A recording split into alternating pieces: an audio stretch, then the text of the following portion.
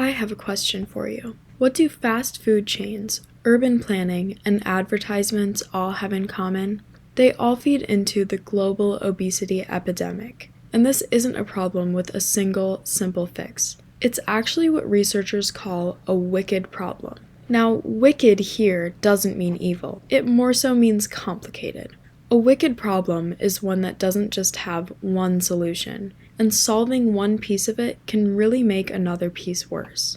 So let's look at obesity. On the surface, it looks like just a matter of diet and exercise, but in reality, it's shaped by poverty, education, food deserts, cultural traditions, marketing, even city design. For example, if you live in a neighborhood without grocery stores or sidewalks, it's much harder and more expensive to make the so-called healthy choice.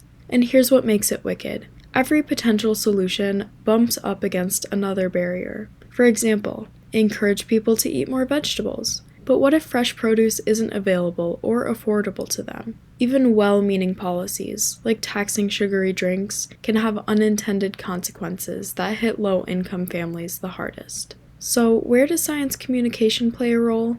That's kind of the tricky part. If a scientist says obesity is caused by many factors, it can sound like a cop-out. People are often searching for a clear answer, like just eat less sugar or exercise more. But oversimplifying the science in that way can lead to stigma and shame instead of those real solutions that people are looking for. On the flip side, if there is too much emphasis on complexity, people can feel overwhelmed or hopeless. I mean, how do you fix a problem that's everywhere at once? That's the tightrope of communicating wicked problems. Balancing honesty about complexity with messages that spark inspiration instead of despair. That's why some communicators are taking a new approach, starting to work with communities, listening to people's lived experiences and making things feel more like a conversation than a lecture. These communicators are also starting to highlight system-level solutions, like policy changes, school programs, or redesigned neighborhoods, so that individuals don't feel blamed or powerless. The hopeful part? Progress doesn't always mean solving the whole problem at once.